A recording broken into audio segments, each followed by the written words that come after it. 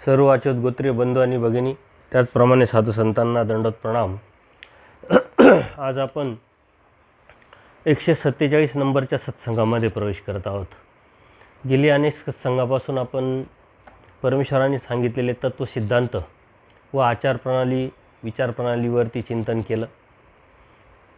अनेक तत्वसिद्धांताच्या अनुषंगाने चिंतन केल्यानंतर परमेश्वरांनी सांगितलेले साधकाला जी आचारप्रणाली आहे त्याचं आपण चिंतन करत आहोत. खरं म्हणजे काय करायचं आणि काय नाही करायचं, विधी अविधीचं ज्ञान ज्या साधकाला आहे तो साधक, मग तो नामधारक असो, वासनिक असो, भिक्षुक असो, तो धार्मिकता व्यवस्थित करू शकतो. आणि परमेश्वरांनी या जीवाकडून हीच अपेक्षा केलेली आहे की काय करायचं आहे यापेक्षा काय करायचं नाही हे जर समजून घेतलं तर नक्कीच हा साधक, हा भक्त, हा जीव परमेश्वरावर प्राप्त करू शकतो. आणि त्या अनुषंगाने आपण काय करायचं नाही आणि काय करायचं आहे या अनुषंगाने चिंतन करत असताना आचार मालिकेच्या शेवटच्या सत्संगामध्ये आपण आज प्रवेश केला आहे. आचार आणि आचार मालिका हे बघत असताना आपल्या मनातली जो न्यूनगंड आहे, भीती आहे किंवा जो गैरसमज आहे धर्माच्या अनुषंगाने, आचाराच्या अनुषंगाने, तो नक्कीच निघाला असेल. अनेक सद्भक्तांच्या प्रतिक्रियेवरून असं समजतं, असं लक्षात येतं की जे गैरसमज झालेले होते ते दूर झाले. जे आचाराच्या अनुषंगाने एक गैरसमज किंवा भीती किंवा न्यूनगंड निर्माण झालेला होता तो दूर झालेला आहे. आणि जितकं आपण ज्या अवस्थेत आहोत त्या अवस्थेत जितकं पाळता येईल, जितका धर्म सांभाळता येईल, जितका त्याग करता येईल किंवा जितका आचार करता येईल हा करण्याचा प्रयत्न नामधारक आणि वासनिक करायला लागलेला आहे. अभ्यास आपण करतो आहे. अनेक जीव आज सद्भक्त अभ्यास करायला सुरुवात केलेली आहे, अभ्यास करतात आहे, कुठंतरी सत्संगाला जोडलेले आहे, कुठंतरी वाचन किंवा कार्यक्रमाच्या माध्यमातून धर्म समजून घेत आहे. परंतु धर्म समजून का घ्यायचा, अभ्यास का करायचा, सत्संगाला का जोडल्या जायचं, हे स्पष्टता जर आपल्या मनामध्ये, आपल्या विचारामध्ये नसेल तर नक्कीच आपल्याला त्याची दिशा आपल्याला लक्षात येणार नाही, ती दिशा आपल्याला समजणार नाही. अनेक लोक सत्संगाला जोडलेले आहे, वेगवेगळे सत्संग घेतात, काही 4 लोक एकत्र येऊन सत्संग घेतात, परंतु योग्य मार्गदर्शन घेणं हे अत्यंत गरजेचं आहे. आणि ते योग्य मार्गदर्शन धर्माच्या अनुषंगाने असणं, धर्माच्या तत्वसिद्धांताला कोणत्या प्रकारची बाधा न येता असणं हे अत्यंत गरजेचं आहे. कारण 4 लोक एकत्र आले आणि त्यांनी कोणत्याही प्रकारचा अभ्यास केलेला नसेल, चला आपण सत्संग घेऊ, लीळा ऐकू, लीळा वाचन करू आणि त्यावरती आपणच आपल्या परीनं एक अर्थ काढण्याचा प्रयत्न करू, ते सोक्तीचं होईल. आणि असे अनेक सत्संग माझ्या निदर्शनास आलेले आहे की 4 लोक एकत्र येतात, लीळाचरित्राचं वाचन करतात, एखाद्या लीळेवरती वाचन करत असताना त्यावरती चर्चा, चिंतन, मंथन करतात. ही खूप चांगली गोष्ट आहे. परंतु परमेश्वरांनी अनेक दृष्टांताच्या माध्यमातून आपल्याला काही गोष्टीचं एक स्पष्टीकरण, पारदर्शकता निर्माण करून दिलेली आहे. हत्तीचा दृष्टांत घ्या, हत्तीच्या दृष्टांतामध्ये आंधळे दाखवलेले आहे पण एक डोळस व्यक्ती पण दाखवलेला आहे. रुमण्याच्या दृष्टांतातून परंपरागत करणारा जो जीव आहे तो आहे, परंतु एक डोळस मनुष्य त्याला येऊन ते कसं चुकीचं आहे हे सांगत असतो. असे अनेक दृष्टांत आहे की त्यातून एक डोळस मनुष्य म्हणजे ज्ञानी व्यक्ती की ज्या अज्ञानी व्यक्तींना दिशादर्शक ठरते, दिशा दाखवण्याचा प्रयत्न करते. जर आपणच आपल्या पद्धतीनं अर्थ वाढायला लागलो आणि ते कसं योग्य आहे हे जर आपणच आपल्याला समजायला लागलो तर नक्कीच त्यातून एक दिशा आपली चुकू शकते. कारण धर्म हे खूप मोठं तत्त्वज्ञान आहे. धर्माच्या तत्त्वज्ञानाच्या माध्यमातून धर्म जेव्हा आपण समजून घेतो तेव्हा योग्य मार्गदर्शक असणं हे अत्यंत गरजेचं आहे. आणि म्हणून सत्संगाला जोडलेली गेलेली माणसं असेल किंवा आपल्याच परीनं सूत्रपाठ वाचन करणं, लीळाचरित्र वाचन करणं, अभ्यासाला एक उत्सुकता म्हणून लागलेले सद्भक्त असेल, यांनी नक्कीच ह्या गोष्टी समजून घेतल्या पाहिजे. आणि म्हणून परमेश्वराने सुद्धा सांगितलं आहे की घेईजे घुकीजे. घेईजे म्हणजे कोणाकडून तरी ते घ्या, समजून घ्या, जाणून घ्या, त्याचा अर्थ, त्याचा उद्देश, त्याचं ध्येय हे समजून घ्या व त्याचं चिंतन करा. घुकीजे मग त्याचं चिंतन करा. जरी समजत नसेल, कळत नसेल, खूप काही त्याचा अर्थ उमटत नसेल, परंतु त्याचं चिंतन केल्यानंतर कधीतरी वेळेनुसार, काळानुसार, परिस्थितीनुसार ते तुम्हाला नक्की समजेल, कळेल. अशा पद्धतीनं परमेश्वरांनी हे तत्त्वज्ञान अभ्यासाला लावलेलं आहे किंवा अभ्यास करून घ्यायला लावलेलं आहे. परंतु काही लोकांनी सोबतीच्या अनुषंगाने हे आपणच आपलं जर अभ्यास करायला लागलो, कारण 2-3 सत्संग माझे ऐकण्यात आले, 4 लोक एकत्र आलेले आहे, ते लीळा ऐकतात, वाचतात आणि त्यांचंच मंथन चिंतन करतात आणि मग ते उद्देश सोडून काहीतरी वेगळंच रस्त्याला जाताना दिसतात. तर हे नक्कीच जीवाला घातक आहे, चुकीचं आहे. कोणाकडूनही घ्या, फक्त ज्याच्याकडून आपल्याला समजेल, कळेल, ज्याच्याकडून आपल्याला लक्षात येईल आणि ते खरंच योग्य की अयोग्य हे आपल्याला उमटेल. धर्माच्या प्रती आपली निष्ठा वाढेल, परमेश्वराच्या समर्थवादावरती निष्ठा वाढेल. अशा पद्धतीनं जर अर्थ आपल्याला उमटत असेल तर आपण योग्य रस्त्याने आहे असं समजून ते आपण घेतलं पाहिजे. मागील सूत्र आपण बघितलं होतं की क्षणोक्षणी त्याग, प्रतिक्षणी त्याग करायला लावलेला आहे परमेश्वराने. आणि त्या तत्त्वज्ञानाच्या अनुषंगाने, स्मरणाच्या अनुषंगाने परमेश्वराने आपल्याला ते सूत्र सांगितलं आहे की स्मरण करत असताना कशा पद्धतीचं स्मरण करावं, कशा पद्धतीचं त्या स्मरण करत असताना क्रिया परत्वे, स्थान परत्वे, पुरुष परत्वे, कशा लीळा आठवाव्यात, त्याची सिस्टम काय असावी. आणि ह्या परमेश्वराचं स्मरण करत असताना आपण एकाच लीळेवरती किंवा एकाच अवयवावरती, एकाच क्रियेवरती, एकाच स्थानावरती, एकाच सद्भक्ताच्या अनुषंगाने केलेल्या लीळा त्यांना आठवता बदलत राहिलं पाहिजे. कारण बदल हा संसाराचा नियम आहे आणि आपल्यालासुद्धा दररोज बदल असायला हवासा वाटत असतो.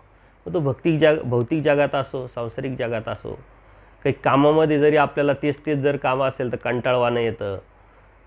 तशा पद्धतीनं परमेश्वराचा हा धर्म सांभाळत असताना आपल्याला त्यातलं तत्त्व जर समजलं नाही, कळालं नाही, त्यातलं मर्म समजलं नाही आणि जरी समजलं तरी तेच जर करत राहिलो तर तत्त्वज्ञान हे कोरडं असतं आणि म्हणून त्यातून हा जीव निघण्याची शक्यता असते. पण परमेश्वरांनी भरपूर अशा आयडिया किंवा आपल्याला भरपूर युक्त्या दिलेल्या आहे का धर्माला चिटकून राहून धर्म सांभाळणं आणि धर्मापर्यंत टिकत राहणं, धर्मापर्यंत जात राहणं आणि परमेश्वराच्या ह्या प्राप्तीपर्यंत आपला प्रवास सतत उत्साहवर्धक, प्रेरणावर्धक ठरावा, या अनुषंगाने सूत्र आलेले. परंतु जर कर्मराटीच्या किंवा भौतिक जगाच्या अनुषंगाने किंवा नामधारक वासनिकाच्या अनुषंगाने या सूत्राचा जर आपण अर्थ घेतला तर खूपच मोठा अर्थ यात दडलेला आहे. कारण क्षणोक्षणी त्याग करायला लावलेला आहे. कारण धर्म हा त्यागाचा आहे, धर्म हा आचरणाचा आहे. परमेश्वर प्राप्तीच्या अनुषंगाने त्यागाला अत्यंत अनन्यसाधारण असं महत्त्व आहे. तर आपण थोडा त्याग केला पाहिजे. काल जे आपण निगेटिव्ह बोलत होतो, दुसऱ्याविषयी द्वेषात्मक बोलत होतो, मच्छरात्मक बोलत होतो, ते आज आपण त्याग केला पाहिजे, गुणात्मक बोलायला सुरुवात झाली पाहिजे. काल आपण अन्य वार्ता करत होतो, समाजावरती बोलत होतो, राजकारणावरती बोलत होतो, ते बंद होऊन फक्त धर्मावरती आपण आता चर्चा केली पाहिजे.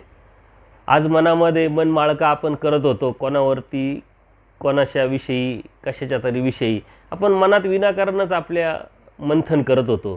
ते मंथन सोडून आपण त्याग करून परमेश्वराच्या या तत्त्वसिद्धांतावरती, आचारावरती, सूत्रावरती, दृष्टांतावरती चिंतन केलं पाहिजे. म्हणजे हा त्याग आपल्या मनाने आपण करून घेतला पाहिजे. आपल्यामध्ये जो बदल परमेश्वराला अपेक्षित आहे तो बदल हा त्यागाच्या माध्यमातून अपेक्षित आहे. काल जे करत होतो आज ते करायला नाही पाहिजे, आज जे करतो ते उद्या करायला नाही पाहिजे. जे धर्माच्या अनुषंगाने फायद्याचं आहे, ऊर्ध्वगतीचं आहे ते स्वीकारलं पाहिजे. आणि अशा पद्धतीनं जर आपण करत राहिलो तरच आपल्यामध्ये एक उजळता निर्माण होईल. एक धर्माच्या अनुषंगाने परमेश्वराला अपेक्षित असलेला जो सद्भक्त आहे, जो जीव आहे, तो बनण्याचा आपण प्रयत्न करतोय तर नक्कीच तिथपर्यंत आपण पोचू शकतो. आणि काल आपल्या स्वभावातला बदल आपल्याला माहिती असला पाहिजे का कालचा आपला काय स्वभाव आहे, तो धर्माला किती पोषक आहे, किती योग्य आहे, किती अयोग्य आहे, कालची विचारधारा आपली कशा पद्धतीची होती, ती धर्माला कितपत योग्य आहे, कितपत अयोग्य आहे, कालचं आपलं वागणं, कालचं आपलं बोलणं, कालचं आपली विचार करणं, चिंतन करणं, क्रिया करणं, स्थान नमस्कारताना कालचं आजचं, याच्यात आपण तुलना केली पाहिजे, वर्गीकरण केलं पाहिजे की काल अज्ञानातून आपण करत होतो, आज ज्ञानातून जाणीवेतून करतोय की नाही, करायला पाहिजे की नाही, याची समज येऊन मग आपण त्या आपल्यामध्ये बदल आपण घडवून आणला पाहिजे. कारण त्याग हा एका दिवसात एका क्षणात कधी कोणाचा होत नसतो. पहिले मनात येतं, अंतःकरणात येतं, त्याची गरज वाटते, त्याचं चिंतन करतो, मग बुद्धी आपल्याला, इंद्रियांना, आपल्या शरीराला कमांड देत असतं आणि मग त्या कृतीवरती आपण जात असतो. म्हणून हा त्याग अत्यंत महत्त्वाचा आहे आणि तो त्याग थोडा थोडा क्षणोक्षणी आपण करायला शिकलो पाहिजे. आपणच आपल्यामध्ये बदल घडवून आणला पाहिजे. कारण कोणी बाहेरचा माणूस आपल्यामध्ये बदल घडवून आणू शकत नाही. आपल्या मनामध्ये जोपर्यंत येत नाही, आपल्या मनाची जोपर्यंत इच्छा होत नाही, आपल्या मनाला जोपर्यंत वाटत नाही आणि जोपर्यंत आपल्या मनाचं माइंड सेट होत नाही, तोपर्यंत आपण कोणत्या कृतीवर जात नाही. आपल्याला गरज वाटली पाहिजे, आपल्याला गरज वाटत नाही. धर्माची गरज वाटणं ही ज्ञानावरती अवलंबून असते, तत्त्वज्ञानावरती, समजण्यावरती, जाणीवरती अवलंबून असते. ती जर जाणीव आपल्याला झाली, समजलं, त्यातलं कळालं मर्म, आपलं हित आपल्याला समजलं, तर मग आपल्याला गरज वाटते, मग आपण अभ्यास करायला लागतो, शोधायला लागतो, विचारायला लागतो, त्याचं चिंतन करायला लागतो. आणि ते समजल्यानंतर मग कृती किती गरजेची आहे हे कळाल्यानंतर त्यागाशिवाय धर्म नाही, परमेश्वर नाही, तर मग आपण त्या पद्धतीनं प्रयत्न करायला लागतो. ते सर्व काही क्षणोक्षणी त्याग, छोट्या छोट्या गोष्टीतून त्याग आपला घडला पाहिजे. छोट्या छोट्या गोष्टीतून आपल्यातलाच आपल्याला बदल दिसला पाहिजे. आपल्याला ती डोळस वृत्ती, डोळस प्रवृत्ती, डोळस दृष्टी, एक प्रगल्भता वैचारिक ही आपल्याला दिसली पाहिजे. कारण कालचा आपला विचार अत्यंत छोटा होता आणि आजचा विचार तसाच आहे का? मग जर आपल्यामध्ये बदल झाला नसेल तर परमेश्वर प्राप्तीच्या अनुषंगाने जो आपला प्रवास आहे तो आपला चुकीचा आहे, आपला अयोग्य आहे, हे आपण समजून घेतलं पाहिजे. म्हणून कालचा विचार तो आज असला नाही पाहिजे, आजचा विचार तो उद्या असला नाही पाहिजे, तो ऊर्ध्वगतीचा असला पाहिजे. कारण जीवाचं स्ट्रक्चर जे आहे, अनादि अविद्युक्त असलेला जीव अधमती, अधगती, अधरती म्हणजे नकारात्मक विचार करणारा असल्या कारणाने त्याला ऊर्ध्वगतीचं न्यायचं तर अशा छोट्या छोट्या गोष्टीतून, छोट्या छोट्या त्यागातून, छोट्या छोट्या विचारातूनच आपल्याला न्यावं लागणार आहे. आणि म्हणून पूजनीय आचार्यांचं, पूजनीय माईम भटांचं, पूजनीय तपस्विनी बाईसा असेल, महादाईसा असेल, आऊसा असेल, यांचं जे जीवनचरित्र आपण जर बघितलं तर एका भेटीत खूप कमी जीव आहे का ते परमेश्वराने त्यांना बोध दिला, त्यांना बोध झाला आणि लगेच त्यांनी त्याग केला. आचार्यांच्या अनेक भेटी झाल्या, 8 भेटी. पूजनीय माईम भटांच्या कितीतरी 8 दिवस चर्चा करत होते. बाईसांचे 3 दिवस लागले. तसेच आऊसांचं घ्या, तसंच महादाईसांचं घ्या. अनेक सद्भक्त जे आहे की ते सद्भक्त लगेच आले आणि परमेश्वराला लगेच बोध द्यायची प्रवृत्ती असूनही देता आली किंवा त्यांनी घेतली, असं होत नाही. पूजनीय भांडारेकर जे आहे त्यांनी सुद्धा एक क्षणभर वेळ लावलेला आहे. ते एक अपवादात्मक एखादे सद्भक्त आपल्याला दिसतात का त्यात पूजनीय भांडारेकर दिसतात. कारण परमेश्वर गेले भिक्षेच्या निमित्ताने आणि लगेच त्यांना क्षणात कळालं की माझे हितक्ष आणि उठले आणि परमेश्वराबरोबर निघाले. तर असे खूप कमी जीव आहे, अपवादात्मक जीव आहे का जे एका क्षणात, एका भेटीत त्यांनी त्यांच्या जीवनामध्ये बदल करून आणि हिताच्या अनुषंगाने ऊर्ध्वगतीचा विचार करून परमेश्वरावर अनुसरले. तसं आपल्याकडून आपणच अपेक्षा करणं अत्यंत चुकीचं आहे. कारण आपली जी ठेवण आपल्याला माहीत आहे, आपली प्रवृत्ती, आपली विचारधारा, आपली क्रिया, आपली काम करण्याची पद्धत, आपली विचार करण्याची पद्धत, आपली त्यागाची पद्धत, आपल्या अभिलाषा, हे सर्व आपल्याला माहीत आहे. आणि म्हणून यात बदल करून घ्यायचा आहे. त्यासाठी आपण चिंतन करतो आहे, अभ्यास करतो आहे. छोट्या छोट्या प्रसंगानुसार परमेश्वराने आपल्याला जे तत्त्वज्ञान शिकवलं आहे, जे समजावलं आहे, सांगितलं आहे, ते अत्यंत मोठं आहे. आणि ते मोठं तत्त्वज्ञान अशा छोट्या छोट्या प्रसंगानुरूप परमेश्वराने आपल्याला समजून सांगितलं आहे आणि ते आपण त्याच पद्धतीनं समजून घेऊन आपल्या जीवनामध्ये ते उतरवलं पाहिजे. म्हणून प्रत्येक त्याग म्हणजे प्रत्येक क्षणाला आपल्याकडून त्याग झाला पाहिजे. दिवसभरात जर आपण चिंतन केलं, संध्याकाळी विचार केला का आज दिवसभरात आपण काय सोडलं, कोणत्या वचनात आचार केला, कोणतं वचन आपल्याला समजलं, कोणते वचन आपल्याला लक्षात आलं नाही, याचं चिंतन आपलं शेवटच्या प्रहारामध्ये झोपेच्या वेळेस आपल्याकडून नक्कीच झालं पाहिजे. आणि तेव्हाच परमेश्वराच्या प्राप्तीचा हा रस्ता आपण योग्य पद्धतीनं परिभ्रमण करू शकतो, योग्य पद्धतीनं परमेश्वरापर्यंत आपल्याला आपण स्वतः घेऊन जाऊ शकतो.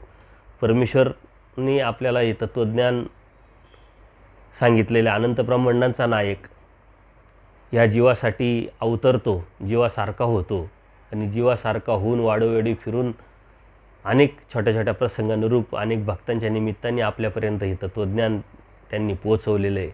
परंतु ते आपल्यापर्यंत आपण किती घेतलं हे अत्यंत महत्त्वाचं आहे. परमेश्वरांनी दिलेलं आहे, पण आपण किती घेतलं, परमेश्वरांनी सांगितलं आहे पण आपण किती ऐकलं, परमेश्वरांनी करायला लावलं आहे आपण किती केलं आहे किंवा किती करतो आहे, याला अत्यंत महत्त्वाचं आहे. कारण परमेश्वरांनी सांगितलं जे बी करायचं ते मी करून ठेवलं आहे, आता राहिलं आहे ते जीवाकडून. आणि म्हणून हे करण्याचा प्रयत्न करणं म्हणजे सत्संग आहे, हा करण्याचा प्रयत्न करणं म्हणजे धार्मिकता आहे, हा करण्याचा प्रयत्न करणं म्हणजेच परमेश्वर प्राप्तीच्या अनुषंगाने आपली धार्मिकताचा रस्ता आपण कापतो आहे, हे लक्षात घेतलं पाहिजे.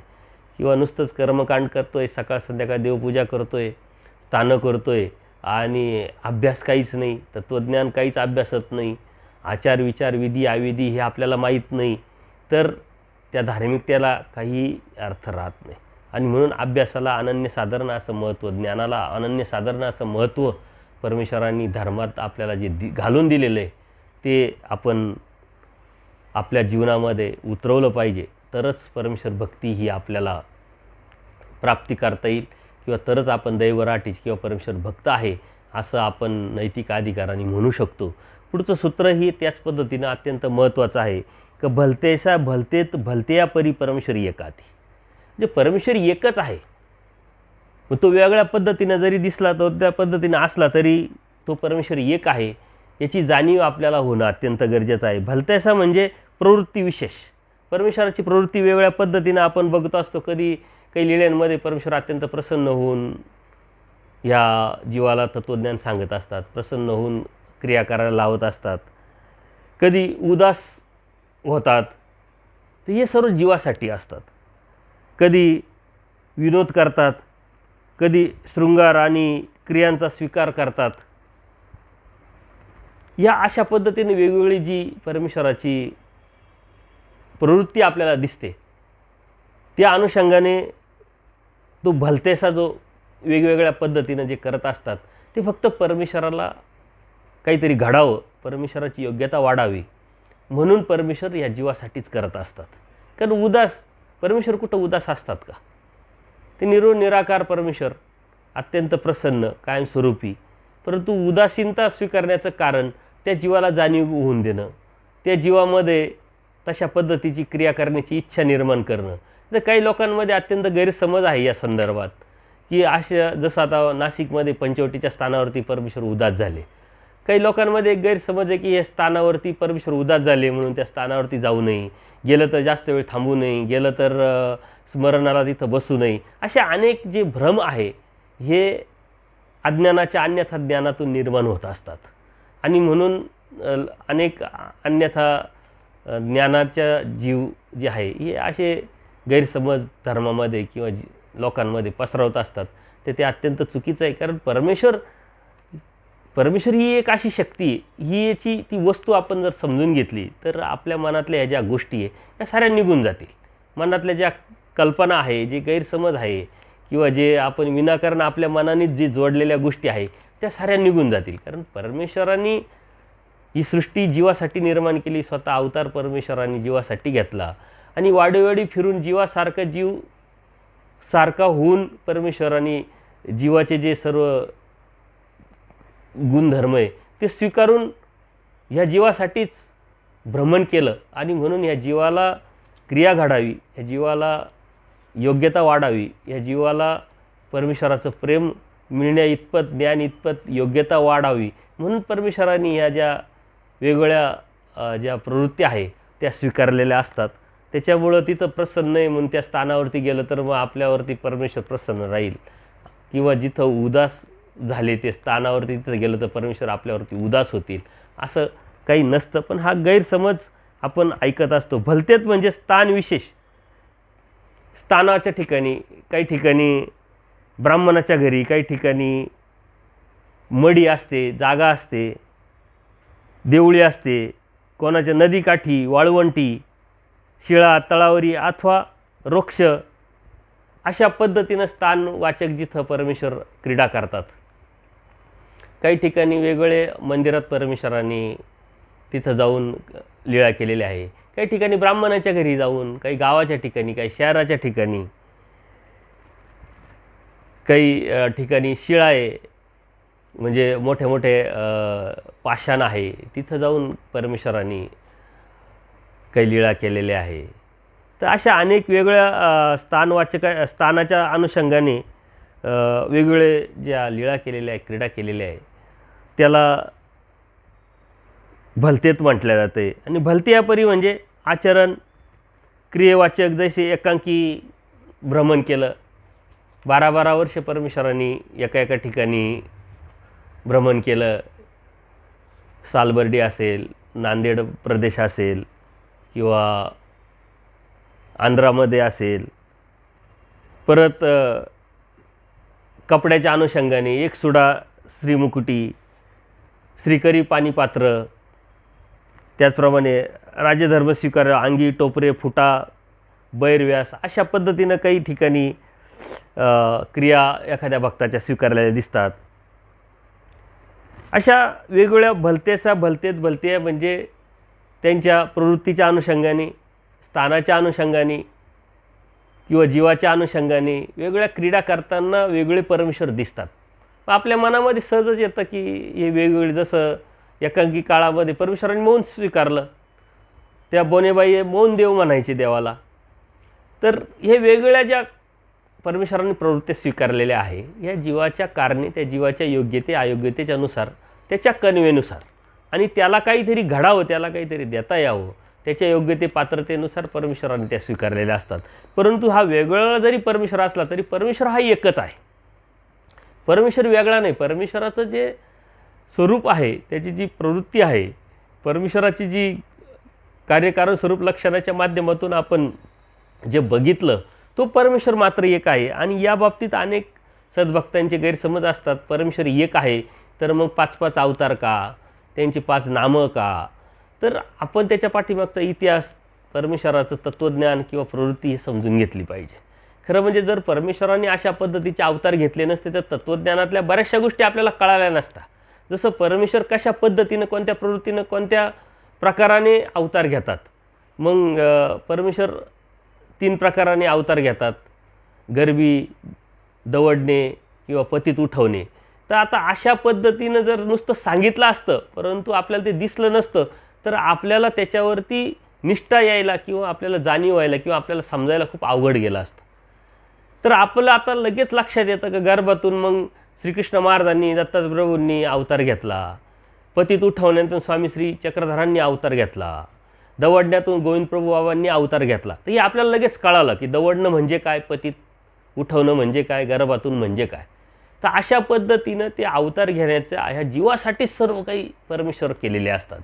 किंवा पर, आवर, उभयदृश्य, हे जे अवतार आहे हे आपल्याला कळाले नसते. नुसतं तत्त्वज्ञान परमेश्वराने सांगितलं असतं, परंतु आवर अवतार कोणता, पर अवतार कोणता, हे आज जसं आपण सांगू शकतो, किंवा उभयदृश्य अवतार कोणता, त्यांची प्रवृत्ती कशी, त्यांचं कार्य कसं, तर हे आपण आज समजून उमजून घेतलं आहे आणि सांगू शकतो. तर हे फक्त परमेश्वराने हे अवतार स्वीकारले आणि त्या पद्धतीनं त्यांनी क्रीडा केल्या, तशा पद्धतीनं त्यांनी ते करून दाखवलं, म्हणून आपल्याला ते कळालं. आणि परमेश्वर हा जीवासाठी हे सर्व काही स्वीकारत असतो, परंतु परमेश्वर मात्र एकच आहे. आणि त्याच पद्धतीनं परब्रह्म तसं स्वामी श्री चक्रधर गोविंदप्रभू बाबांच्या बाबतीत म्हणतात ते प्रत्यक्ष परब्रह्म. तर ते परब्रह्म म्हणजे काय, तर ते कळावं, दिसावं की ब्रह्म हे अव्यक्त स्वरूप आहे आणि अव्यक्त स्वरूपी कार्य नाही, क्रीडा नाही. तर गोविंदप्रभू बाबा अशा पद्धतीनं राहिले का कधी तत्त्वज्ञान कोणाला सांगितलं नाही, कोणाला काही क्रिया घडावी म्हणून काहीतरी दाखवलं नाही. त्यांच्या मस्तीत, त्यांच्या याच्यामध्ये ते राहिले. जिडं वाटलं तिडं अत्यंत स्वतंत्र अशी ती जी शक्ती आहे परमेश्वराने ती क्रीडून आपल्याला दाखवली. जर गोविंदप्रभू बाबांचा अवतार जर आपण समोर घेतला आणि तो बऱ्यापैकी समजून उमजून जर अभ्यासला तर आपल्याला ब्रह्म काय याची जाणीव होत असते किंवा समजत असते, कळत असतं. तर अशा कितीतरी गोष्टी आहे का ज्या आपल्याला समजाव्या म्हणून परमेश्वराने केलेल्या आहे. अशा कितीतरी गोष्टी आहे का आपल्याला त्यातलं काहीतरी घडावं, समजावं, कळावं, जाणीव व्हावी आणि आपण उठून या परमेश्वराच्या भक्तीला लागावं. जसं परमेश्वर विज्ञान शक्तीच्या माध्यमातून काही आश्चर्यकारक काही गोष्टी स्वामी श्री चक्रधरांनी केलेल्या आहे किंवा गोविंदप्रभू बाबांनी पण केलेल्या आहे. ते आश्चर्यकारक गोष्टी करण्याचा उद्देश की त्या जीवाला परमेश्वरावरती निष्ठा यावी, भाव निर्माण व्हावा, परमेश्वराला अनन्य भावी त्यांनी शरण जावं. त्या उद्देशाने परमेश्वरांनी काही चमत्कार आमितकार केलेले दिसतात. ऑलरेडी परमेश्वराला हे करण्याची आवश्यकता नाही. परमेश्वर फक्त चमत्कार करू शकतो. बाकी देवी देवता बाकीचे विद्यावंत हे काही करूच शकत नाही. कलियुगी तर विद्यावंत नाहीच असं परमेश्वरांनी सांगितलं आहे. देवतेला पण मर्यादा आहे, त्याच्यामुळे ते काहीच करू शकत नाही. सर्वात मोठा परमेश्वरांनी केलेला चमत्कार म्हणजे ह्या जीवाला मायेच्या तमातून बाहेर काढणं, त्याला योग्य ते अधिकारानुसार तत्त्वज्ञान सांगणं आणि त्या तत्त्वज्ञानानुसार या जीवामध्ये बदल घडवून आणणं, अंतर्बाह्य बदल घडवणं आणि त्या जीवाला अधमती, अधगती, अधरती, अनंत दोषामध्ये अडकलेला जीव त्याला शुद्धतेकडे नेऊन आणि परमेश्वराच्या आनंदाला पात्र करणं किंवा त्या आनंद देण्या इतपत योग्य करणं हा सर्वात मोठा परमेश्वराने केलेला चमत्कार आहे. आणि त्या चमत्कारामध्ये आपल्याला बसायचं आहे. म्हणून चमत्कार आपण विज्ञानाच्या अनुषंगाने, या हातचालाखीच्या अनुषंगाने आपण भौतिक जगामध्ये बघतो, त्याला चमत्कार म्हणतो. पण चमत्कार हा परमेश्वर करू शकतो आणि तो परमेश्वर क्षणोक्षणी पावलोपावली कालही परमेश्वर करत होते, आजही करताय आणि उद्याही कायमस्वरूपी अखंडपणे त्यांचं कार्य हे परमेश्वराचं चालू आहे. तर कोणाला तरी त्याच्या योग्यतेनुसार, पात्रतेनुसार, त्याच्या कन्वेनुसार परमेश्वराचं सतत हे देणं चालू असतं आणि त्या देण्यातून तो जीव क्षणोक्षणी बदलत असतो आणि त्या बदलण्यातून परमेश्वराच्या प्राप्तीला तो जात असतो. आणि हे जे आहे भलत्या परी परमेश्वर जो आहे तो एकच आहे, तर हे आपण समजून घेतलं पाहिजे. कारण लीळाचरित्रामध्ये गेल्यानंतर अशा कितीतरी लीळा आहे का ज्या आपल्याला परमेश्वराचं समजून उमजून घेता येईल. वेगवेगळ्या अवताराच्या अनुषंगाने आपल्याला समजून घेता येईल. जसं दत्तात्रयप्रभूंनी व्याघ्रवेश धारण केला, व्याघ्रवेशात दर्शन दिलं. परत परमेश्वर प्रवृत्तीनुसार वेषांतर करतात वेगवेगळ्या पद्धतीचं. श्री गोविंदप्रभू बाबांच्या बाबतीत अशा अनेक लीळा आपल्याला सांगता येतील. तर परमेश्वर स्थानवाचक असेल किंवा स्थानविशेष असेल, वेगवेगळ्या ठिकाणी आपल्याला परमेश्वर वेगळ्या पद्धतीने, वेगळ्या प्रवृत्तीनं, वेगवेगळ्या यांनी दिसतात. तर परमेश्वर मात्र एकच आहे.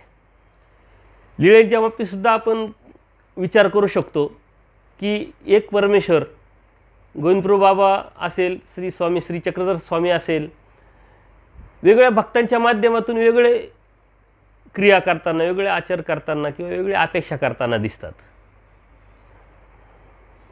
कोणाला सांगतात की तुम्हाला हे करायचं आहे, कोणी करायला तयार झालं तर ते म्हणतात तुमची वेळ आली नाही.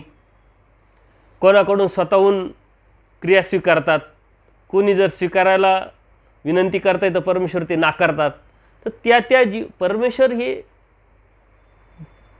सर्व ज्ञानयुक्त अशी एक वस्तू आहे, सर्व शक्तियुक्त अशी एक वस्तू आहे. त्यांच्या आडून काहीच लपलेलं नाही, त्यांच्या बाजूनी काहीच लपलेलं नाही. त्याच्यामुळे त्यांना त्या जीवाची योग्यता, पात्रता समजून उमजून त्या कन्वेनुसार, त्याच्या अधिकारानुसार ते करावं लागतं. परंतु परमेश्वर जरी वेगळ्या पद्धतीनं आपल्याला दिसत असेल, क्रीडा करत असते, स्थानवाचक असेल, गुणवाचक असेल किंवा एखाद्या जीवाच्या अनुषंगाने वेगळ्या ठिकाणी वेगळं त्यांचं वागणं बोलणं असेल, पण परमेश्वर एक आहे. जे आतलं जे स्वरूप आहे ते परमेश्वराचं एकच आहे, हे आपण समजून घेतलं पाहिजे. त्या परमेश्वराचं आपण शरण जाऊन भक्ती करतोय हे आपण समजून घेतलं पाहिजे. आपल्या मनामध्ये सांगण्याचा उद्देश की आपल्या मनामध्ये वेगळे जे विकल्प मनामध्ये येतात, तो विकल्प परमेश्वराच्या अनुषंगाने आला नाही पाहिजे आणि त्या बाजूने आपण विचार पण नाही केला पाहिजे. ह्या अनुषंगाने परमेश्वरांनी हे सूत्र सांगितले. नामधारक वासनिकांमध्ये असे अनेक शंका कुशंका येत असतात, समज गैरसमज होत असतात, त्या पद्धतीने त्यांचे प्रश्न पण असतात. त्या प्रश्नाच्या माध्यमातून त्यांनी ते समजून घेतलं पाहिजे की परमेश्वर जो आहे तो एक आहे, पण मग तो वेगळ्या पद्धतीनं का क्रीडतो. कारण अनेक सद्भक्तांचे असे प्रश्न पूर्वी यायचे की परमेश्वर आहे, मग ते असेच का वागले, ते असेच का बोलले, मग याला असंच का सांगितलं, त्यांना तसंच का सांगितलं. तर ही जीवाची जी ठेवण आहे ती परमेश्वर पूर्णपणे जाणून आहे. त्या जीवाला काय दिले आणि काय होईल. एखाद्या जीवाला लगेच देतात, एखाद्या जीवाला 8-8 दिवस लावतात, एखाद्या आपल्यालासुद्धा आपल्या संपर्कामध्ये एखादा जीव असेल त्याला 4 तास लेक्चर दिलं किंवा 4 भेटीमध्ये तो अनुकूल होतो, उपदेश घेतो, काही 4-4 वर्षे पण लागतात. तर त्याच्या योग्यते अधिकारानुसार प्रवृत्तीनुसार त्याला परमेश्वर ते देत असतात. ज्ञान ध्यान भजन ही ईश्वराची आती. ज्ञान ध्यान आणि भजन हे परमेश्वराच्या ठिकाणीच असतात. आता ज्ञान म्हणजे ब्रह्मविद्येचं ज्ञान, ते अभ्यासलं पाहिजे आपण. ब्रह्मविद्याशास्त्र आपण समजून घेतलं पाहिजे. तोपर्यंत त्याच्याशिवाय आपल्याला परमेश्वर समजू शकत नाही आणि कळणार पण नाही. ते ज्ञान, त्या ज्ञानाच्या माध्यमातूनच ध्यान आपण केलं पाहिजे.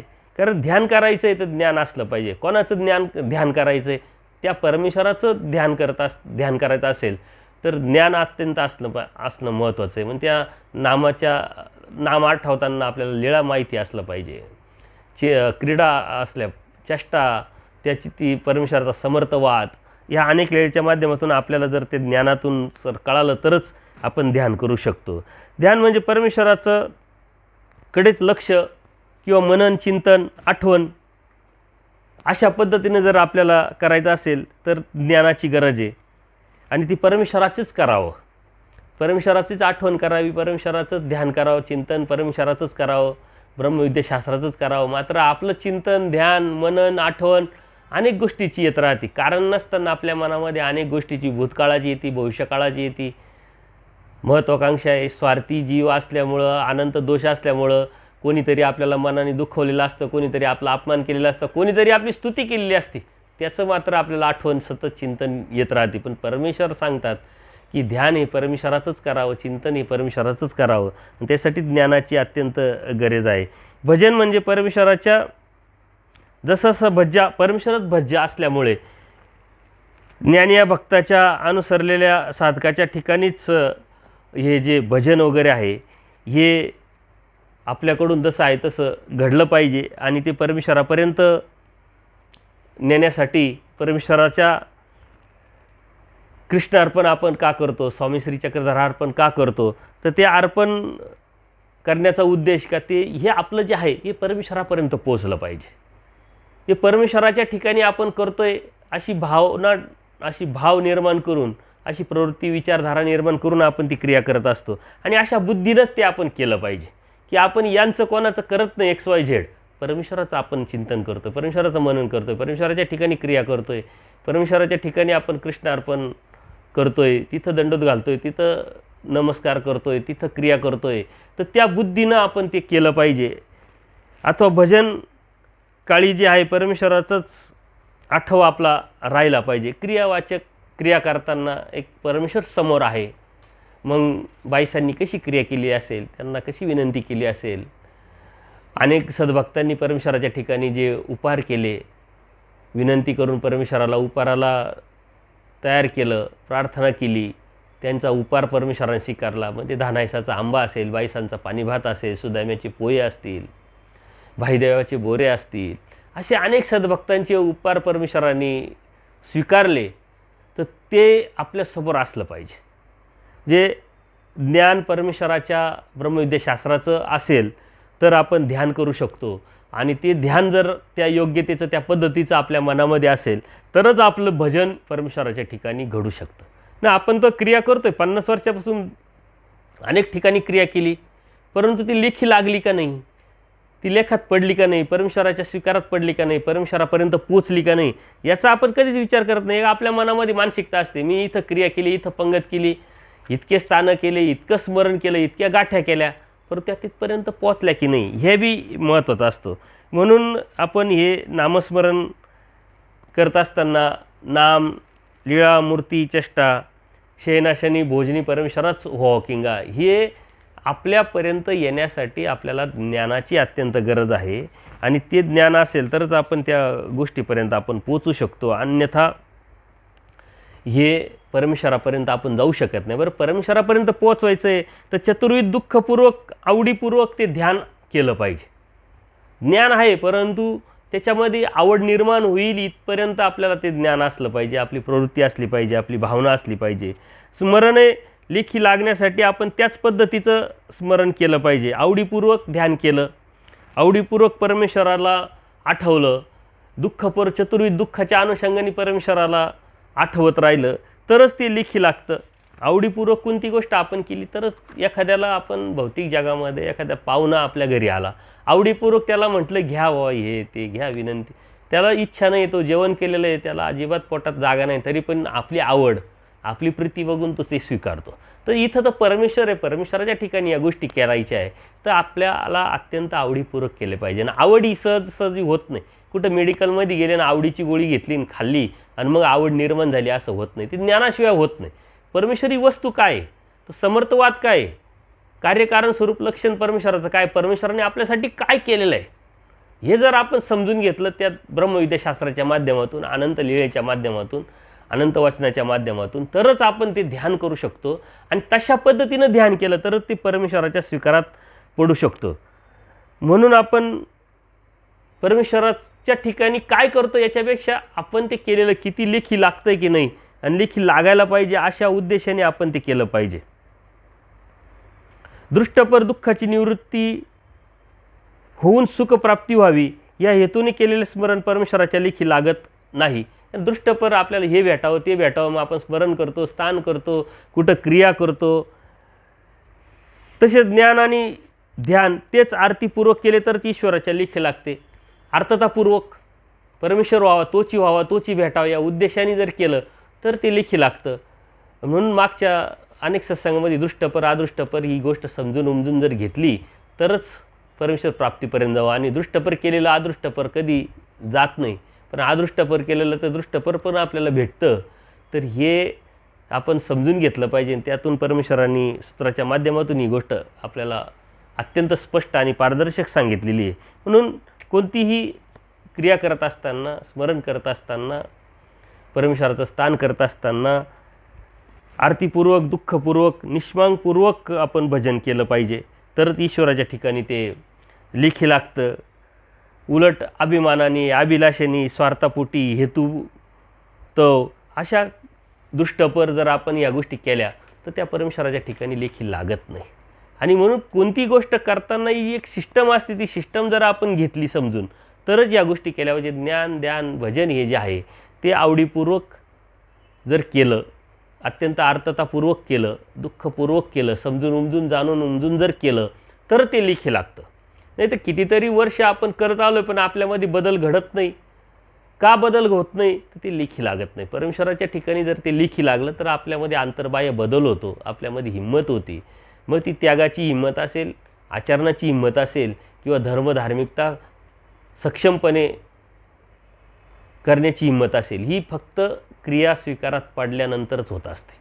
म्हणून आपण म्हणतो की अरे 25 वर्ष झाली, 50 वर्ष झाली, क्रिया करतात, धार्मिकता करतात, स्थानं करतात, परंतु यांच्या स्वभावात बदल नाही, यांच्या विचारात बदल नाही, यांच्या दृष्टीत बदल नाही, यांच्या प्रवृत्तीत बदल नाही. तर हे न बदलण्याचं कारण ही कोणत्याही प्रकारची जी क्रिया आहे ही परमेश्वराच्या लेखी पडत नाही, लेखी लागत नाही. आणि लेखी न लागण्याचं कारण एक तर त्यांचं जी क्रिया आहे ती अनैतिक पैशातून, अनैतिक विचारातून असेल किंवा दृष्टपर विचारातून, फायद्यासाठी, स्वार्थासाठी, ह्या उद्देशाने असेल. आणि दृष्टपर जर असेल तर त्याच्यात अर्थता नसते, दृष्टपर असेल त्याच्यात दुःख नसतं, ती एक अभिलाषा असते. एक विशिष्ट हेतू ठेवून जर केली तर ती परमेश्वरापर्यंत जात नाही, कारण त्याच्यासाठी साऱ्या देवतेची फौज परमेश्वराने उभी केलेली आहे, ते तिथपर्यंतच पोचतं. आणि मग जी आपली वासना असेल ती परमेश्वरच्या प्रवृत्तीनं या देवी देवता आपल्यापर्यंत पोचवतात. ते बी आपल्या कर्मात असेल तर, कर्मवशे सकळे पावे, कर्मात असेल तर आपल्याला भेटतं. परंतु आपला प्रयत्न मात्र जीव अज्ञानी असल्यामुळं, स्वार्थी असल्यामुळं अशा दृष्टपर प्रवृत्तीनं आपण धार्मिकता करत राहतो. आणि तिथंच आपली धार्मिकतेची खरी चूक आहे. ती आपण समजून उमजून घेतली पाहिजे. ठीक आहे, आपल्या मनामध्ये अडीअडचणी आहे, शंका आहे, काही भौतिक जगाच्या अभिलाषा आहे, तर परमेश्वराच्या ठिकाणी प्रार्थना करावी. आणि परमेश्वराला प्रार्थना करण्याची गरज नाही, सांगण्याची गरज नाही दृष्टपर हेतूच्या अनुषंगाने. तर परमेश्वर सगळे जाणते, सर्वज्ञ आहे परमेश्वर. आपले दुःख, आपल्या अडीअडचणी, आपले अडथळे हे सर्व परमेश्वर जाणतात. फक्त एक कोणाला तरी सांगितल्यानंतर आपलं जसं मन हलकं होतं, तशा प्रवृत्तीने, तशा उद्देशाने आपण जर परमेश्वराला आपलं म्हणून, सखा म्हणून परमेश्वराला आपण सांगितलं, तर त्या पद्धतीनं काही हरकत नाही. कारण तशाच पद्धतीनं अनेक आपल्या धर्मामध्ये क्रिया आलेल्या आहे, परंपरा आलेल्या आहे. परंतु त्यातही जास्त अडकून नाही राहिलं पाहिजे. आयुष्यभर आपण विड्याच वाहतोय आणि त्या विड्यातून आपण काहीतरी अभिलाषापोटी, काहीतरी मिळवण्यापोटी, मग मला देवा व्यतिरिक्त कोण आहे असं म्हणून जर सारं आयुष्यच आपण काढत राहिलो, तर ती मर्यादा राहत नाही. कधीतरी केव्हा तरी आपल्या अडीअडचणी परमेश्वराला सांगणं, प्रार्थना करणं ही आपली ड्युटी आहे. परंतु क्रिया असेल, स्मरण असेल, चिंतन असेल, ध्यान असेल, आठवण असेल, हे फक्त परमेश्वर मिळवण्यासाठी, तोची व्हावा, तोची भेटावासाठीच असावं. बाकी दुसऱ्या गोष्टी करण्याची कोणत्या प्रकारची गरज नाही, ती परमेश्वर जाणतात. परंतु तेवढ्या प्रवृत्तीला जाणं एवढं सोपं नाही आहे, तेवढ्या विचाराला, तेवढ्या अवस्थेला जाणं एवढं सोपं नाही. त्याच्यासाठी आपलं जी वैचारिक प्रगल्भता आहे ही खूप मोठी आणि स्ट्रॉंग असली पाहिजे. विकल्प त्रुटी अन्य महात्म्याशी साजात्य.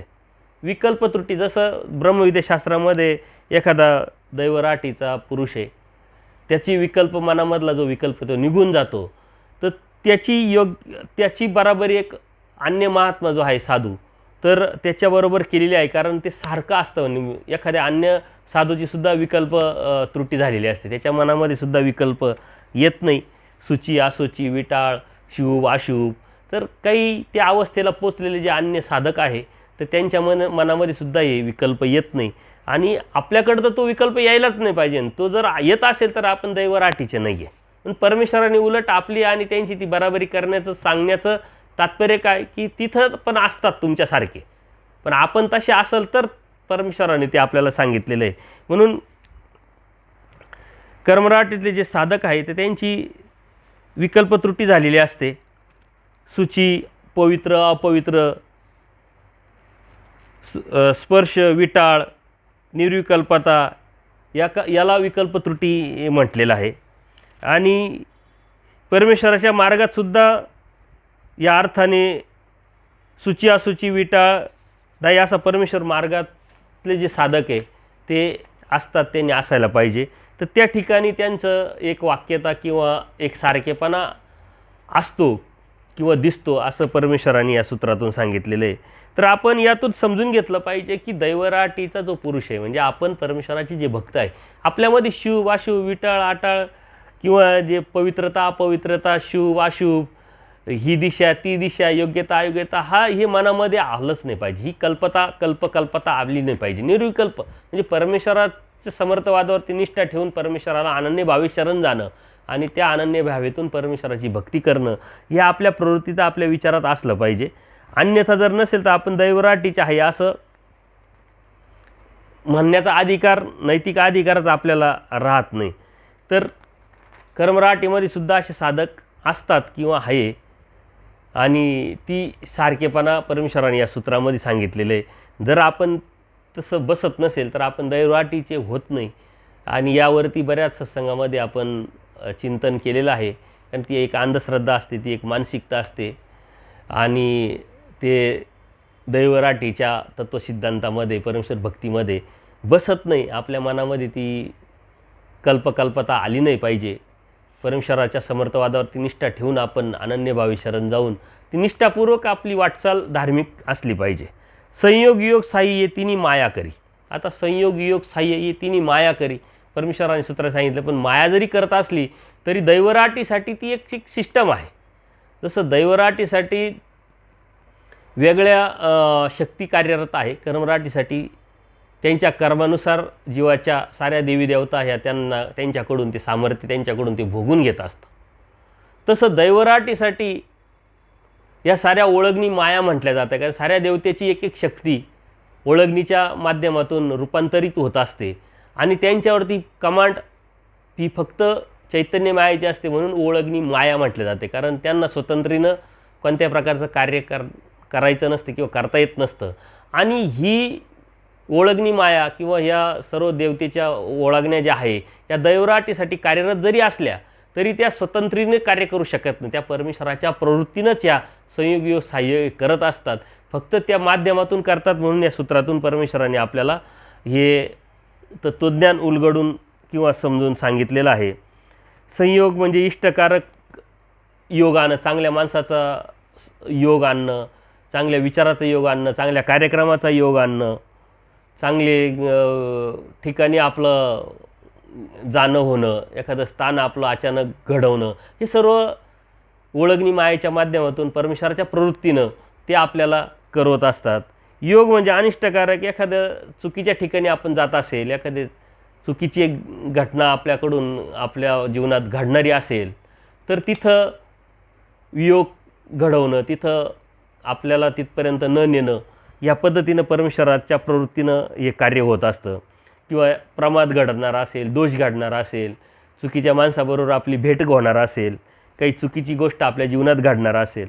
आणि साह्य म्हणजे अडचणीच्या प्रसंगी स्थान नमस्कारताना असेल, काही ज्ञान घेताना असेल, काही क्रिया करताना असेल, तर अशा ठिकाणी जाताना, प्रवास करताना, प्रसाद नमस्कारताना, काही एखाद्या साधू संतांची भेट होणं, एखाद्या ठिकाणी अचानक क्रिया आपल्याला उपलब्ध करून देणं, तर या साऱ्या ज्या गोष्टी असतात ह्या अनुसरल्या पुरुषाविषयी परमेश्वराच्या प्रवृत्तीने तिन्ही कार्य ओळगणी माया करत असते. परमेश्वराच्या प्रवृत्तीनंच हे संयोग योग साई हे माया करतात. आपल्या मनामध्ये अशी शंका काही लोकांच्या मनात येतात सद्भक्तांनी, संयोग योग साई जर माया करते तर मग त्या मायेचंच चिंतन करावं किंवा त्यांची प्रार्थना करणं हे चुकीचं आहे. कारण त्यांना देवता ह्या वर्गामध्ये आपण बघितलं आहे का, त्यांना कोणत्या प्रकारची स्वतंत्रता नाही आहे. देवता ह्या नित्यबद्ध आहे, म्हणजे कायमच्या बंधनात आहे. त्याच्यामुळं परमेश्वराच्या प्रवृत्तीशिवाय त्या कार्य करत नाही. दैवराटीतल्या ह्या जीवासाठी, आपल्यासाठी परमेश्वर हे सर्व माये करून घेतात. परमेश्वराच्या प्रवृत्तीनं जी माया करत असते. परंतु अनुसरलेला जीव जो आहे, दैवराटीचा जो जीव आहे, त्याच्यासाठी हे असताना आपल्याला नामधारक वासनिका जीवनामध्ये ह्या प्रवृत्तीनं किंवा ह्या प्रचितीला आपल्याला बऱ्याच गोष्टी येत असतात. पण तेवढी अवस्था आपली बी प्रार्थनेची किंवा त्या दैवराटीच्या काही नियमामध्ये आपण जर बसत असेल तर परमेश्वराचं वेळोवेळी आपल्याला साह्य घडत असतं. आणि हे प्रसंग अनेकांच्या जीवनामध्ये अनेक अनुभवाच्या माध्यमातून प्राप्त होत असतात. कारण आपण तशी निष्ठा आपली वाढत राहते. आपल्या जीवनात येणारे संकट, अडीअडचणीला साह्य होतं आणि ते परमेश्वर बरोबर आपल्याकडून काही चुकीची गोष्ट होऊ नये, घडू नये यासाठी साह्य करून आपण त्यातून निघतो. त्यातून निघाल्यानंतर आपल्याला कळतं की अरे बापरे, परमेश्वर कृपा झाली. म्हणून आपल्या शब्दामध्ये, आपल्या बोलण्यामध्ये, वागण्यामध्ये सतत परमेश्वर कृपा हा शब्द आला पाहिजे. कारण जे बी आपल्या जीवनामध्ये सुख आहे, जे बी आपल्या जीवनामध्ये उपलब्धी आहे, जे बी आपल्या जीवनामध्ये चांगलं आहे, हे सर्व काही परमेश्वर कृपेने आपल्याला भेटलेलं असतं. कारण आपले कर्म तर इतके वाईट आहे की त्या कर्माच्या अनुषंगाने जर घेतलं तरी हे आपल्या जीवनामध्ये येणंच शक्य नाही. पण परमेश्वराची कृपा, परमेश्वर अनार्जित दाता असल्यामुळं हे आपल्या जीवनामध्ये परमेश्वराच्या प्रवृत्तीनं होत असतं. आणि म्हणून परमेश्वर निराभिमान असला तरी आपल्या लागे स्वाभिमान, या अभिमान घेऊन परमेश्वर हे घडवत असतात. आता ह्याच अनुषंगाने आज्ञा अतिक्रमिली तर माया बोधारी, अशा पद्धतीनं एक सूत्र आहे की जर आज्ञा म्हणजे परमेश्वराच्या भक्तीमध्ये किंवा दैवराटीमध्ये येत असेल ना, परमेश्वराने जो विधी अविधी सांगितलेला आहे त्याची जर आज्ञा आपण पाळली नाही तर जो बोध परमेश्वराने दिलेला आहे तर तो बोध ही माया काढून घेते. बोध माया काढून घेते याचा अर्थ त्याचं ज्ञान काढून घेते असं होत नाही. तर परमेश्वराच्या प्रवृत्तीनं ही जी माया साह्य करते, संयोग साह्य, हे बंद होतं. त्या अनुषंगाने ते घेतलेलं आहे. आणि ते विकल्प जसं परमेश्वराच्या ठिकाणी, देवतेच्या ठिकाणी परमेश्वरत्व बघणं, एखाद्या जीवाच्या ठिकाणी विशिष्ट बुद्धीनं परमेश्वर कल्पनं, याला विकल्प म्हटलं गेलेलं आहे. आणि अशा पद्धतीचा जर विकल्प केला तर तो बोध म्हणजे साह्यता जी आहे ही परमेश्वराच्या प्रवृत्तीनं माया करणं बंद करते. अशा अनुषंगाने ही सूत्राची जी गुंफण आहे ती जर आपण समजून घेतली तर आपल्या मनातले जे गैरसमज आहे, न्यूनगंड आहे, ते निघून जातात. आणि आपल्याला हे अनुभूतीला येतात की एखादा जीव उपदेश घेतलेला असतो, दैवराटीत आलेला असतो, भक्ती करत असतो, पण काही चुकीच्या संगतीमुळं किंवा अज्ञानामुळं विकल्पाला जातात, धागेदोरे करतात, अंधश्रद्धा जोपासतात, कर्मकांडात जातात, देवतेच्या अनुषंगाने काही भक्तीला लागतात आणि परमेश्वराच्या भक्तीपासून तुटतात. त्यांना मात्र अत्यंत अडचणीला तोंड द्यावं लागतं. कारण परमेश्वराकडून जी सहाय्यता होती ती प्रतिबंधल्यानंतर ती देवता म्हणते, तू कोणाचा होता, कुठं होता आणि कसा आला. म्हणजे आपोआपच त्या देवतेचं कर्मराटीचे नियम लागू पडतात आणि मग त्याला ते भोगाची जी तीव्रता आहे ती अत्यंत वाढते. हे आपल्याला आजूबाजूला अनुभवास येत असतं. स्त्री म्हणजे मीडियाचे खाजेगा. स्त्रीच्या संदर्भात स्त्रीच्या प्रवृत्तीच्या अनुषंगाने परमेश्वराने हे सांगितलेलं आहे. स्त्री म्हणजे मेढीचे खाजेगा. मेढ म्हणजे मेढी म्हणजे बकरी, मेंढी. तर त्या मेंढी वाघाचं खाद्य असतं. तसं स्त्री ही पुरुषाचं, पुरुष हे स्त्रीचं खाद्य असतं. हे प्रमादाच्या अनुषंगाने, विकाराच्या अनुषंगाने परमेश्वराने सांगितलेलं आहे. म्हणून आपण दैवराटीत वागत असताना कसं वागावं, कसं बोलावं, स्त्री असेल पुरुष असेल तर त्याचं एक तारतम्य, एक सेन्स आपण बाळगला पाहिजे आणि धर्माच्या अनुषंगानेच आपण ते वागलं बोललं आपलं असलं पाहिजे.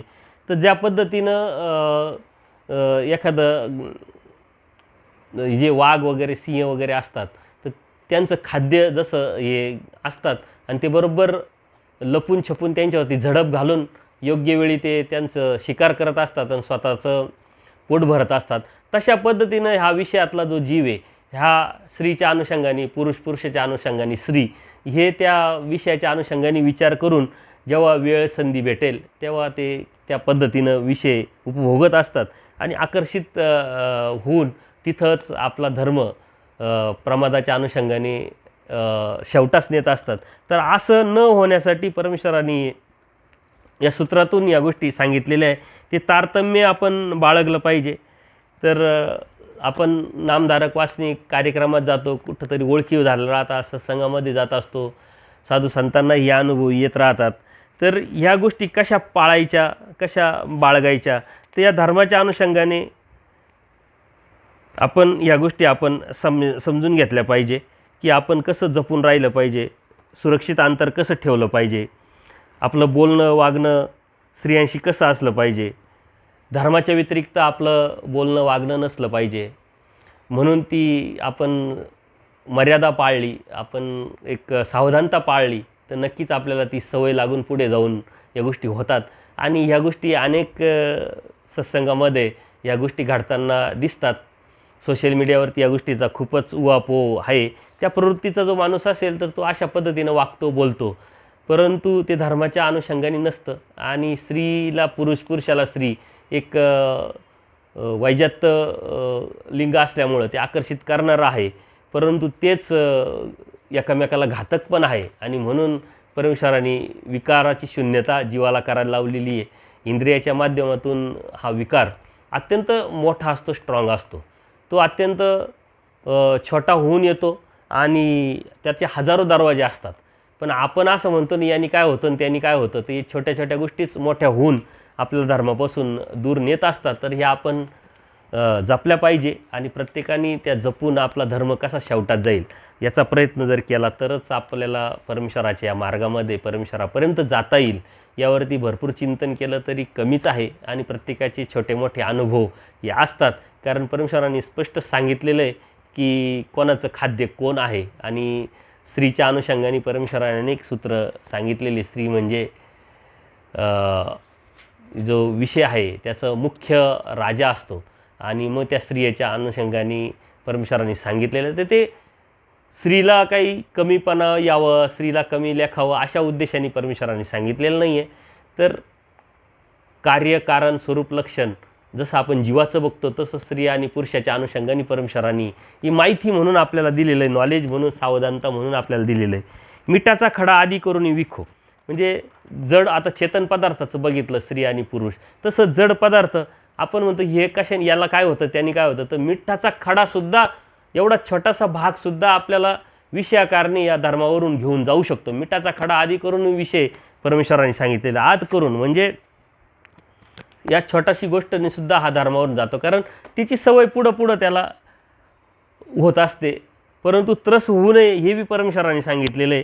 तर जड पदार्थांनी आणि चेतन पदार्थांनीच जीव हा धर्मावरून जात असतो आणि त्या गेल्यानेच परमेश्वराची भक्ती या जीवाकडून जात असते आणि अनंत जन्मात अनंत सृष्टीत या जड आणि चेतन पदार्थांनीच आपण प्रमादी घडून आपल्या सृष्टी शून्य झालेले आहे.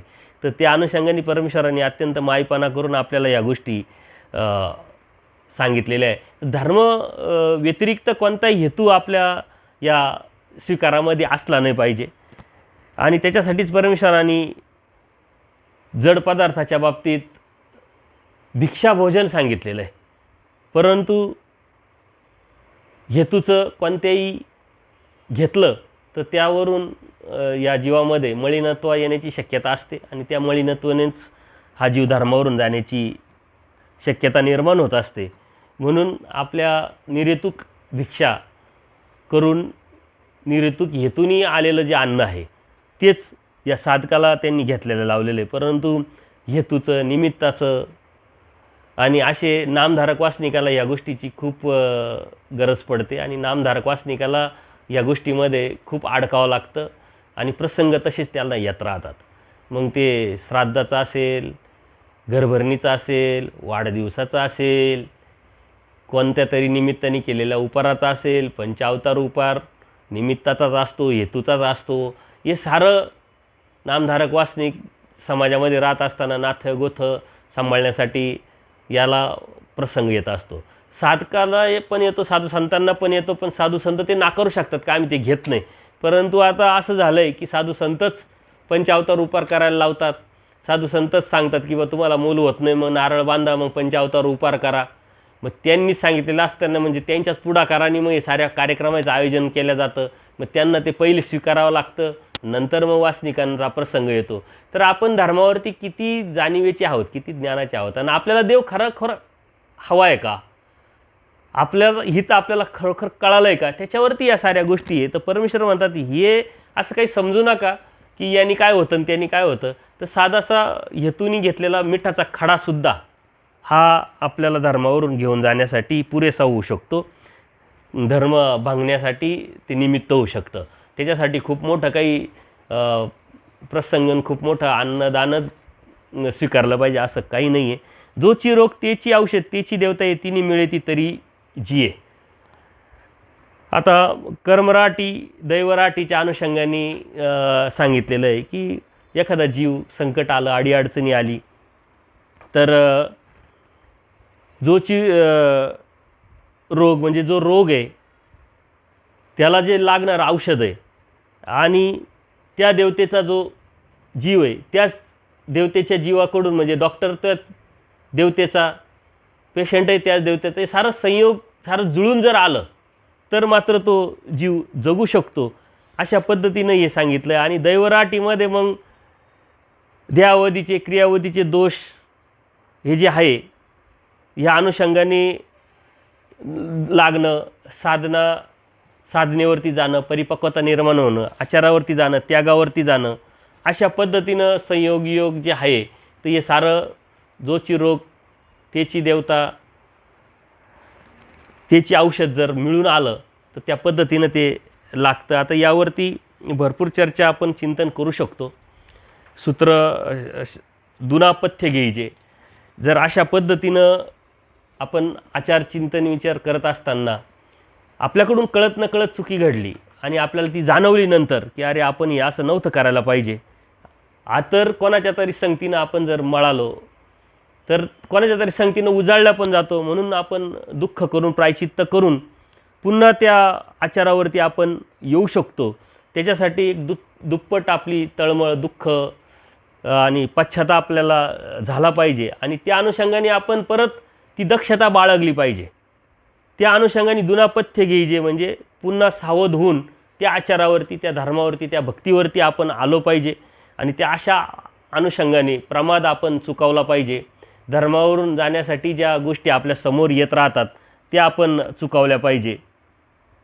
आपल्या माथ्यावरती, आपल्या डोक्यावरती एखाद्या दोष न लागण्यासाठी आपण जी सावधानता बाळगली पाहिजे त्या पद्धतीनं आपण ही चर्या करत असताना दोष चुकवण्यासाठी आणि परमेश्वराच्या ठिकाणी आपल्या क्रिया, आपलं स्मरण, चिंतन लेखी लागण्यासाठी आपण दक्षता बाळगून आपण आपली जी आचारप्रणाली आहे, परमेश्वराची भक्ती जी आहे, ही सांभाळत राहिलं पाहिजे. आता हे चिंतन या आचाराच्या अनुषंगाने जे आपण करतो आहे, हे जे सूत्र आहे, हे सूत्र जरी आपण आता सत्संगामध्ये अत्यंत प्राथमिक स्वरूपाचा अभ्यास किंवा प्राथमिक वरवरती आपण एक सर्वसाधारण नामधारक वासनिकाला कळावं, समजावं या अनुषंगाने आपण चिंतन करतो आहे. हे सूत्र घेऊन जेव्हा तुम्ही प्रकरणवाशामध्ये जाल, हे सूत्र घेऊन तुम्ही जेव्हा स्थळपोथीमध्ये जाल, अत्यंत मोठ्या प्रमाणात विस्तृतपणे हे आपल्याला परमेश्वरांनी, आपल्या पूर्वजांनी, आपल्या गुरुजनांनी या आपल्यापर्यंत पोचवलेलं आहे. परंतु तेवढी योग्यता बी आपली वाढली पाहिजे. तेवढी योग्यता वाढून आपली इच्छा, आपली पात्रता, योग्यता, आपली अवस्था निर्माण झाली पाहिजे. नाही तर पहिलीतला विद्यार्थी 10वीचं सांगायला लागलं, त्याला ते जडजड वाटणार. त्याच्यामुळे या गोष्टी आपण समजून घेत असताना त्यागाच्या अनुषंगाने, आचाराच्या अनुषंगाने, विचाराच्या अनुषंगाने आपण याचं चिंतन केलं आणि हे करत असताना आपल्याला झेपेल, आपल्याला कळेल, आपल्याला समजेल अशा पद्धतीचा अर्थ आपण समजून उमजून थोड्याशा बाह्य दृष्टांताच्या माध्यमातून समजून घेण्याचा प्रयत्न केलेला आहे. नामधारक वासनिकांनी अभ्यास धर्माचा करावा, तो धर्म त्या अनुषंगाने त्या पद्धतीनं समजून घ्यावा आणि तो समजून उमजून आपल्याला जितकं करता येईल, जितकं आपल्याला पेलं तेवढं आपण करण्याचा प्रयत्न केला पाहिजे. या अनुषंगाने आज आपण आचारमालिकेचे शेवटचं सूत्र आपण बघितलं. पुढच्या अनेक सूत्रांमध्ये आपण पुढे जाऊन विचारामध्ये जे आचारपर काही सूत्र आहे त्याचं चिंतन करणार आहोत. आपल्या प्रतिक्रिया यावरती नक्की कळवा. दंडोत प्रणाम, दंडोत प्रणाम, दंडोत प्रणाम.